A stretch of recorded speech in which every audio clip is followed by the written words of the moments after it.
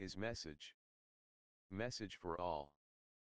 Buddha, the flower of mankind, is no more in this world in the physical form, but the sweet fragrance of his message of peace remains forever. Buddhism is one of the oldest religions still being practiced in the world today. While the names of many other religions which existed in India have been forgotten, the teachings of the Buddha, better known as the Dharma, are still relevant to the needs of today's society. This is because the Buddha always considered himself as a human religious teacher, whose message was meant to promote freedom, happiness, and well-being of others. The Buddha's primary concern was to help his followers to live a normal life, without going to the extremes of either self-denial or totally surrendering to sensual desires. The practical nature of the Buddha's teaching is revealed in the fact that not everyone is expected to attain exactly the same goal in one lifetime, since the mental impurities are rooted differently in individuals. Some people are spiritually more advanced than others, and they can proceed to greater heights according to their state of development. But every single human being has the ultimate potential to attain the supreme goal of Buddhahood if he or she has the determination and will to do so. Even now does the soothing, sweet voice of the Buddha ring in our ears. And sometimes we perhaps feel a little ashamed because we do not understand him fully. Often we only praise his teaching and respect him, but do not try to practice what he preached. The Buddha's teaching and message have had their effect on all people for thousands of years, whether they believe in any religion or not. His message is for all. Though the Buddha, the flower of mankind, is no longer in this world, the sweet fragrance and exquisite aroma of his teachings have spread far and wide. Its balmy, diffusing fragrance has calmed and soothed millions. Its ambrosial perfume has heartened and cheered every nation which it has penetrated. The reason that his teachings have captured millions of hearts is because they were introduced not by weapons or political power, but by love and compassion for humanity. Not a drop of blood stains its pure path. Buddhism wins by the warm touch of love, not by the cold claws of fear. Fear of the supernatural and the doctrine of everlasting hellfire have no place in Buddhism. During the last 25 centuries since the appearance of the Buddha, many changes have taken place in this world. Kingdoms have risen and fallen. Nations have prospered and perished. And the world today has forgotten many of these past civilizations. But the name of the Buddha remains alive and fresh in the minds of millions of people today. The kingdom of righteousness that he built is still strong and steady. Although many temples, pagodas, images, libraries and other religious symbols erected in his honor were destroyed by religious fanatics from time to time, his untainted noble name and the message he gave remain in the minds of understanding people. The Buddha taught that the greatest of conquests was not the subjugation of others but of the self. He taught in the Dhammapada, even though a man conquers 10,000 men in battle, he who conquers but himself is the greatest of conquerors. Perhaps the best example of how the gentle message of the compassionate one could rehabilitate the most savage of men is the case of the Emperor Asoka. About 200 years after the Buddha, this king waged fierce battles across India and caused great anguish and fear. But when he embraced the Dharma, he regretted the evil that he had done. We remember and honor him today because after his conversion to the path of peace, he embarked on another battle. A battle to bring peace to humanity. He proved without doubt that the Buddha was right when he asserted that true greatness springs from love, not hatred, from humility, not pride, from compassion, not cruelty. The Emperor Asoka's conversion from cruelty to kindness was so complete that he forbade even the killing of animals in his kingdom. He realized that his subjects stole because of want, and he set out to reduce want in his kingdom.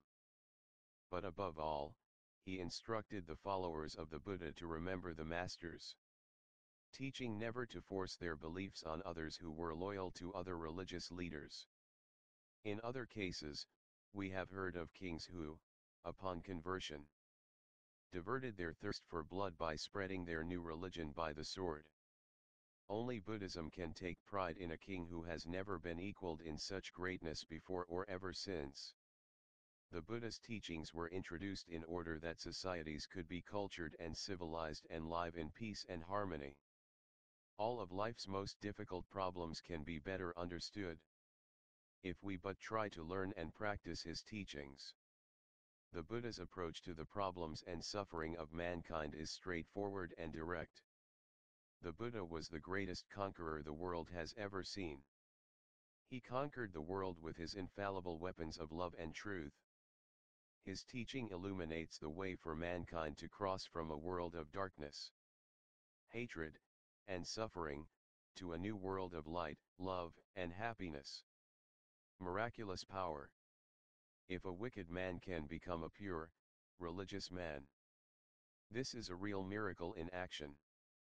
In every religion we know of miracles being performed by either the founders of these religions or by some of their disciples.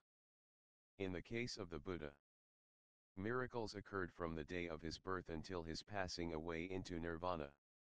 Many of the psychic powers of the Buddha were attained through his long and intense training in meditation. The Buddha meditated and passed through all the highest stages of contemplation that culminated in pure self-possession and wisdom. Such attainments through meditation are considered nothing miraculous, but fall within the psychic power of any trained ascetic.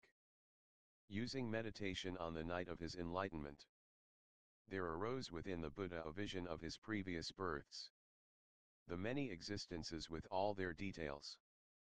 He remembered his previous births and how he had made use of these births to gain his enlightenment. Then the Buddha had a second and wider vision in which he saw the whole universe as a system of karma and rebirth. He saw the universe made up of beings that were noble and wicked, happy and unhappy.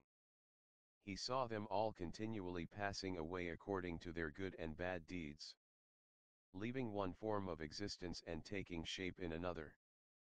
Finally, he understood the nature of suffering, the cessation of suffering and the path that leads to the cessation of suffering. Then a third vision arose within the Buddha. He realized that he was completely free from all bondages, human or divine. He realized that he had done what had to be done. He realized he had no more rebirth to go through, because he had eradicated all craving and he was living with his final body. This knowledge destroyed all ignorance, all darkness, and light arose within him. Such is the psychic power and the wisdom that arose within the Buddha. As he sat meditating under the Bodhi tree, the Buddha had a natural birth, he lived in a normal way. But he was an extraordinary man. As far as his enlightenment was concerned, those who have not learned to appreciate his supreme wisdom try to explain his greatness by peeping into his life and looking for miracles. However, the Buddha's supreme enlightenment is more than enough for us to understand his greatness. There is no need to show his greatness by introducing miraculous powers. Miracles have little relation to seeing things as they are. The Buddha knew of the power that could be developed by training the human mind. He also knew that his disciples could acquire such powers through mental development. Thus the Buddha advised them not to exercise such psychic power in order to convert less intelligent people. He was referring to the miraculous power to walk on water, to exorcise spirits, raise the dead and perform the so-called supernormal practices. He was also referring to the miracles of prophecy, such as thought reading, soothsaying, fortune-telling, and so on. When the uneducated believers see the performance of such powers, their faith deepens. But the nominal converts, who are attracted to a religion because of these powers embrace a faith. Not because they realize the truth, but because they harbor hallucinations. Besides, some people may pass remarks that these miracles are due to certain charms or tricks. In drawing people to listen to the Dharma, the Buddha appealed to their reasoning power. The following story illustrates the Buddha's attitude towards miraculous powers. One day the Buddha met an ascetic who sat by the bank of a river. This ascetic had practiced austerities for 25 years. The Buddha asked him what he had attained for all his labor. The ascetic proudly replied that, now at last, he could cross the river by walking on the water. The Buddha pointed out that this gain was insignificant compared to all the years of labor. Since anyone could cross the river using a ferry for 1 penny. In certain religions, a man's miraculous performance can help him to be declared a saint. But in Buddhism, miracles can be a hindrance for a person to attain sainthood, which is a gradual personal attainment and individual concern resulting in completely eradicating defilements from the mind. Each person himself must work for his sainthood through self-purification. And no one else can make another person a saint. The Buddha says that a person can gain miraculous power without developing spiritual power. He teaches us that if we first gain spiritual power, then we automatically receive the miraculous or psychic powers too. But if we develop miraculous powers without spiritual development, then we are in danger. We can misuse this power for worldly gain, patalagama yudana. There are many who have deviated from the right path by using their miraculous powers without having any spiritual development. Many people who are supposed to have obtained some miraculous powers succumbed to the vainglory of obtaining some worldly gain. Even worse, people with miraculous powers but without spiritual development can be deluded into thinking that they have divine power. Many so-called miracles talked about by people are merely imaginations and hallucinations created by their own minds due to a lack of understanding of things as they truly are. All these miracles remain as miracles only for as long as people fail to know what these powers really are. The Buddha also expressly forbade his disciples to use miracles to prove the superiority of his teachings. On one occasion, he said that the use of miracles to gain converts was like using dancing girls to tempt people to believe something. Anyone with the proper mental training can perform miracles, because these are simply an expression of the superiority of mind over matter. According to the Buddha, the miracle of realization of the truth is the only miracle. When a murderer, thief, terrorist, drunkard, or adulterer is made to realize that what he had been doing is wrong and gives up his bad, immoral and harmful way of life, this change can be regarded as a miracle. The change for the better arising from an understanding of Dharma universal law, or natural occurrences is the highest miracle that any person can perform. The Buddha's silence. When the questioner was unable to understand the real meaning of the answer or when the questions posed to him were wrong, the Buddha remained silent. The scriptures mention a few occasions when the Buddha remained silent to metaphysical and speculative questions posed to him. Some scholars, owing to their misunderstanding of the Buddha's silence, came to the wrong conclusion that the Buddha was unable to answer these questions. When the Buddha knew that the questioner was not in a position to understand the answer because of its profundity, or if the questions themselves were wrongly put in the first place, the Blessed One remained silent. Some of the questions to which the Buddha remained silent are: 1. Is the universe eternal? 2. Is it not eternal? 3. Is the universe finite? 4. Is it infinite? 5. Is soul the same as the body? 6. Is the soul one thing and the body another? 7. Does the Tathagata exist after death? 8. Does he not exist after death? 9. Does he both, at the same time, exist and not exist after death? 10. Does he both, at the same time, neither exist nor not exist? The Buddha, who had truly realized the nature of these issues, observed noble silence. An ordinary person who is still unenlightened might have a lot to say, but all would be sheer conjecture based on his or her imagination. The Buddha's silence on these issues is more significant than attempting to deliver thousands of discourses on them. The paucity of our human vocabulary, which is built upon relative experiences, cannot hope to convey the depth and dimensions of reality, which a person has not experienced through insight. On several occasions, the Buddha had very patiently explained that human language is too limited, and cannot describe the ultimate truth. If the ultimate truth is absolute, then it does not have any point of reference for worldlings with only mundane experiences and relative understanding to fully comprehend it. When they try to do so with their limited mental capacities, they misunderstand the truth, like the 7 blind men and the elephant. A listener who has not realized the truth cannot fathom the explanation given. Just like a man who was blind since birth will have no way of visualizing the color of the sky. The Buddha did not attempt to give answers to all the questions put to him. He was under no obligation to respond to meaningless questions, which reflected gross misunderstanding on the part of the questioner, and which in any case had no relevance to one's spiritual development. He was a practical teacher, full of compassion and wisdom. He always spoke to people fully understanding their temperament, capability and capacity to comprehend. When a person asked questions not with the intention to learn how to lead a religious life, but simply to create an opportunity for splitting hairs, the Blessed One did not answer these questions. Questions were answered to help a person towards self-realization, not as a way of showing his towering wisdom. How to answer questions?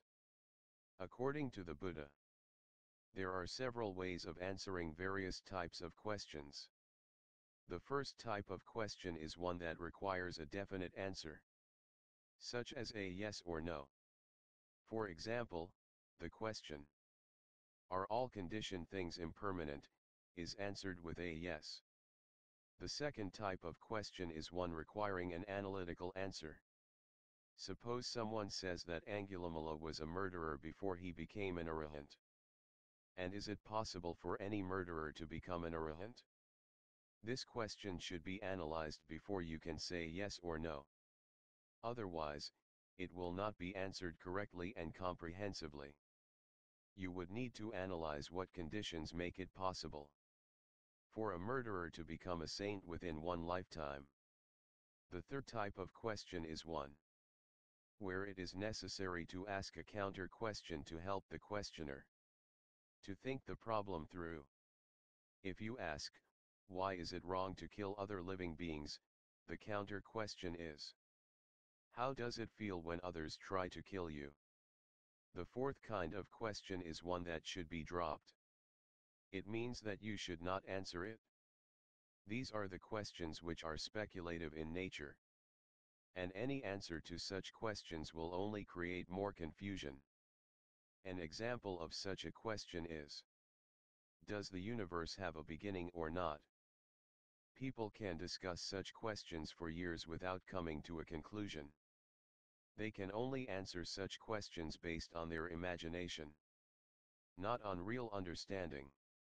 Some answers which the Buddha gave have close parallels to the kind of responses found in nuclear science. According to Robert Oppenheimer, if we ask, for instance, whether the position of the electron remains the same, we must say no. If we ask whether the electron is at rest, we must say no. If we ask whether it is in motion, we must say no. The Buddha has given such answers when interrogated as to the conditions of a man's self after his death. But they are not familiar answers in accordance with the tradition of 17th and 18th century science. It is important to note, however, that the Buddha did give answers to some of these questions.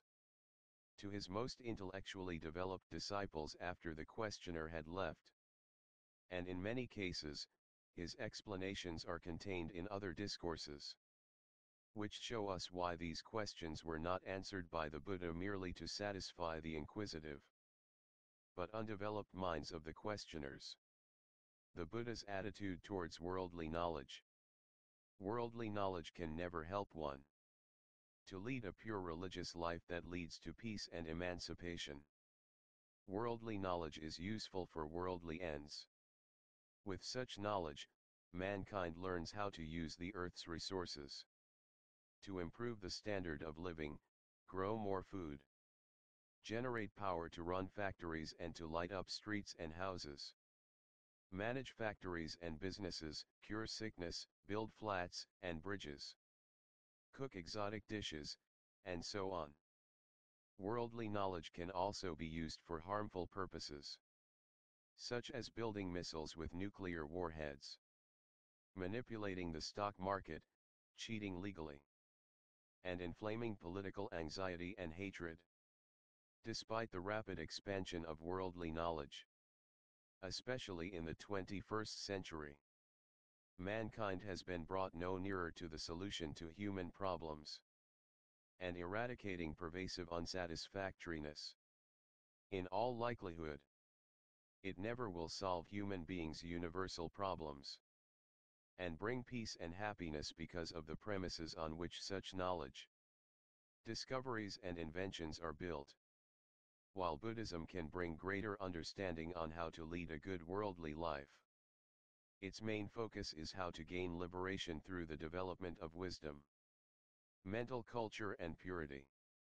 For ordinary human beings, there is no end to the search for worldly knowledge, which in the final analysis does not really matter.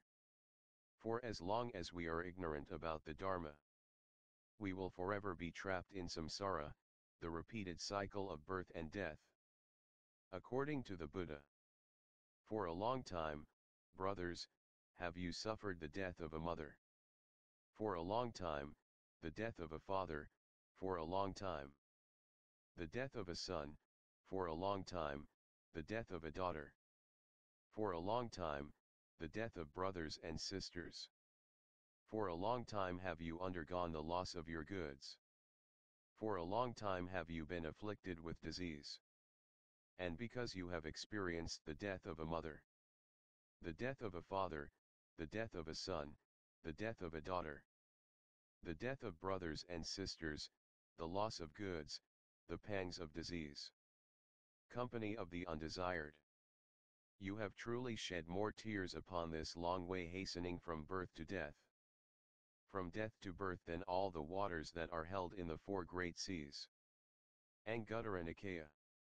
Here the Buddha was describing the suffering of continuous births and deaths in the world. He wanted to show people the way out of all these sufferings. Why did the Buddha speak in this manner to his disciples? And why did he not make an attempt to solve the problems as to whether the world is eternal or not, whether it is finite or not? Such problems might be exciting and stimulating to those who have the curiosity, but in no way would the answers to these problems help a person to overcome suffering. That is why he ignored questions like these, because they were futile and the knowledge about such things would not contribute to one's spiritual well-being. The Buddha knew that to speak on things which were of no practical value and beyond the power of comprehension was a waste of time and energy. He foresaw that to advance hypotheses about such things only served to divert thoughts from their proper channel and hinder spiritual development. Worldly knowledge and scientific research should be complemented and balanced with religious and spiritual values. Otherwise such worldly knowledge does not in any way contribute to one's progress in leading a pure, religious life. Human beings have come to the stage where their minds fed by the instruments and fruits of technological advancements have become obsessed with egoism, craving for power, and greed for material wealth. Without religious values, worldly knowledge and technological advancement can lead to their downfall and destruction.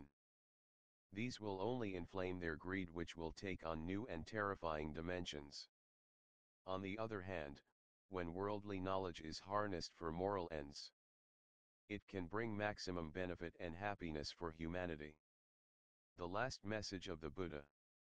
When I am gone, my teaching shall be your master to guide you. 3 months before his passing away, the Buddha addressed his disciples and said, I have delivered sermons to you during these 45 years.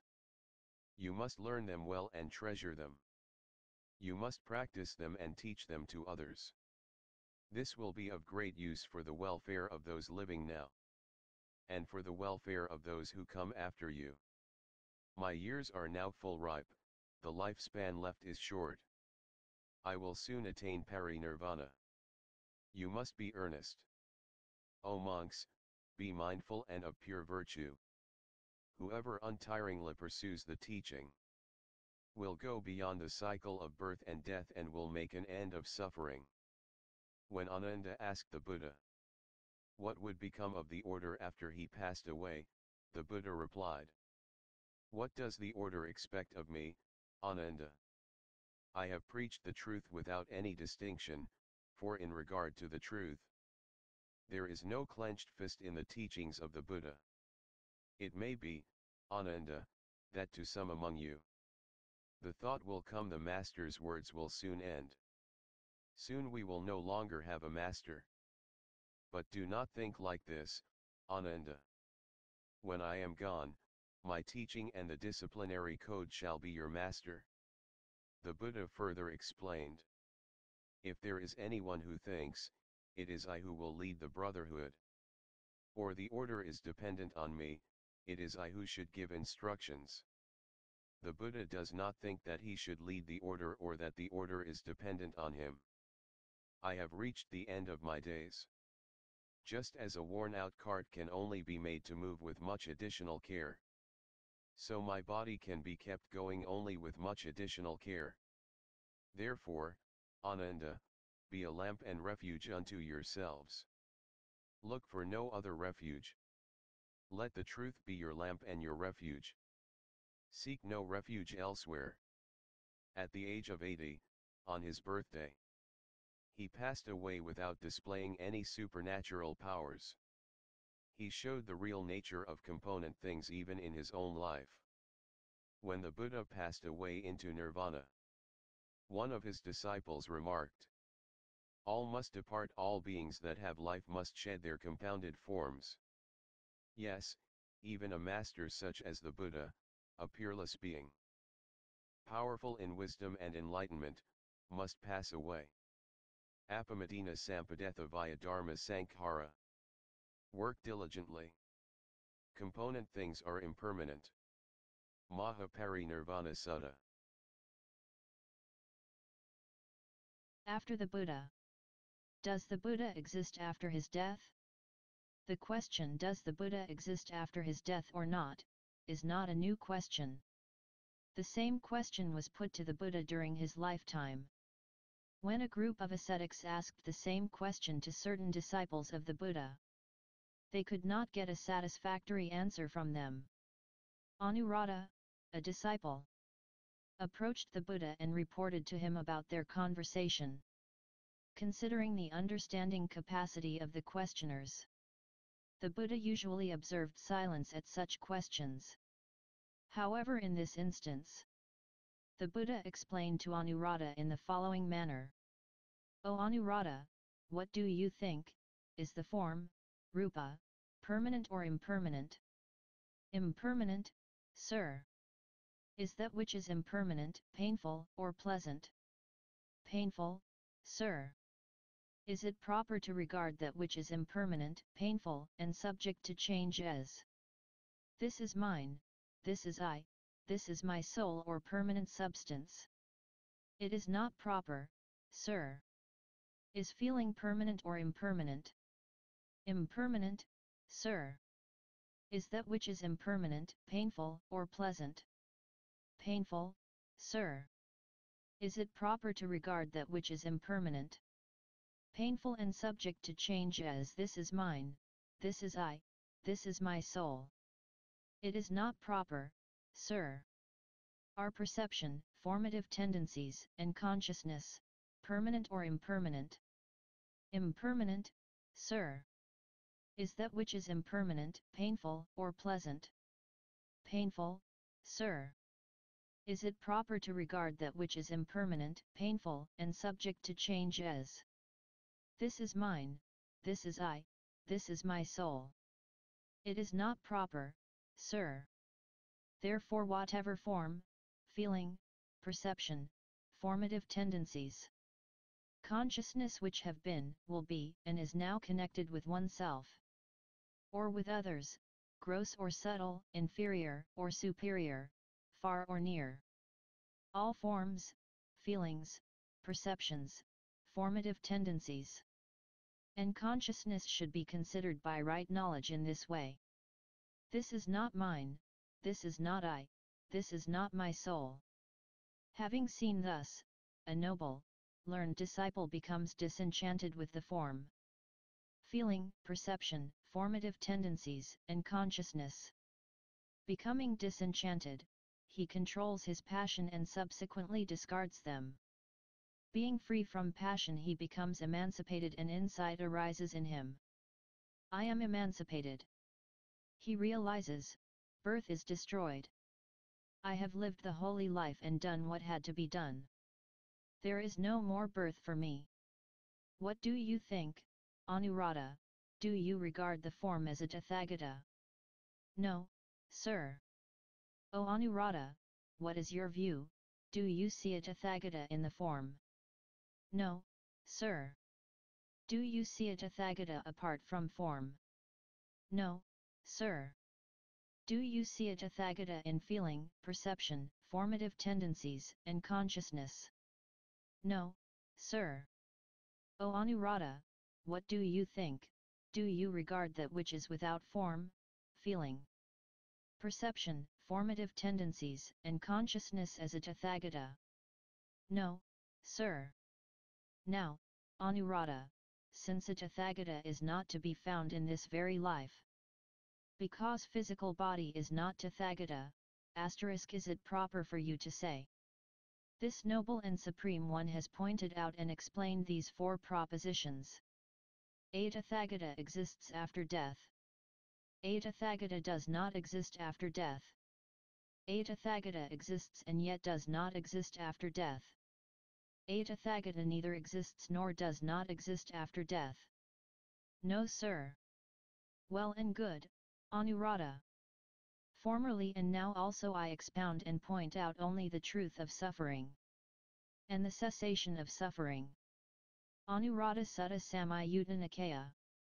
The above dialogue between the Buddha and Anuradha may not be satisfactory to many, since it does not satisfy the inquiring mind of the people looking for answers from a materialist point of view. Absolute truth, the Dharma, is such that it does not give satisfaction to the emotion and intellect. Truth happens to be the most difficult thing for people to comprehend. It can only be fully comprehended by insight which transcends logic. Buddhahood is the embodiment of all the great virtues and supreme enlightenment. That is why Buddhas who could enlighten others are very rare in this world. A successor to the Buddha. Buddhahood is the highest of all achievements. Many people ask why the Buddha did not appoint a successor. But can anyone appoint another to take the place of the Supreme Enlightened One? Attaining Buddhahood is the highest of all achievements that only one who has gained supreme wisdom can reach. To attain this highest position, one must excel in every endeavor such as self-training, self-discipline, moral background, supreme knowledge, and extraordinary compassion towards every living being. Therefore, a person must make the effort to be prepared in order to attain Buddhahood. For example, a doctor cannot appoint even his own son as a doctor unless the son has qualified himself professionally. A lawyer cannot appoint another person as a lawyer unless that person obtains the necessary qualifications. A scientist cannot appoint another person as a scientist unless that person possesses the knowledge of a scientist. If he had done so, the successor, lacking the supreme qualities of Buddhahood, would have misused his authority or distorted the teaching. According to the Buddha, each individual must develop understanding and insight by him or herself by using the teachings as a guide, Pasako. A successor of the Buddha would only have created an organized religion or church with dogmas and commands and blind faith. We only have to study world history to see the kind of abuse that can take place when authority is placed in the hands of spiritually undeveloped persons. Therefore, the Buddha did not appoint a successor. Authority over a religion must be exercised by a person or persons possessing a clear mind, proper understanding, perfection, and leading a holy life. Authority should not be exercised by worldly-minded people who have become slaves to sensual pleasures or who crave for worldly material gain or power. Otherwise the sacredness and truth in a religion could be abused. The future Buddha. I am not the first Buddha to come upon this earth, nor shall I be the last. Previously, there were many Buddhas who appeared in this world. In due time, another Buddha will arise in this world, within this world cycle. When the Buddha was about to pass away, Venerable Ananda and many other disciples wept. The Buddha said, "Enough, Ananda. Do not allow yourself to be troubled. Do not weep. Have I not already told you that it is in the very nature of things that they must pass away? We must be separated from all that is near and dear to us." The foolish person conceives his idea of self. The wise man sees there is no ground on which to build the self. Thus the wise man has a right conception of the world. He will realize that all component things will be dissolved again, but the truth will always remain. The Buddha continued, "Why should I preserve this body when the body of the excellent law will endure? I am resolved. I have accomplished my purpose and have attended to the work set by me. Ananda, for a long time you have been very near to me in thoughts, words and acts of much love beyond all measure. You have done well, Ananda. Be earnest in effort and you too will soon be free from bondages. You will be free from sensuality, from delusion, and from ignorance." Suppressing his tears, Ananda said to the Buddha, "Who shall teach us when you are gone?" And the Buddha advised him to regard his teaching as the master.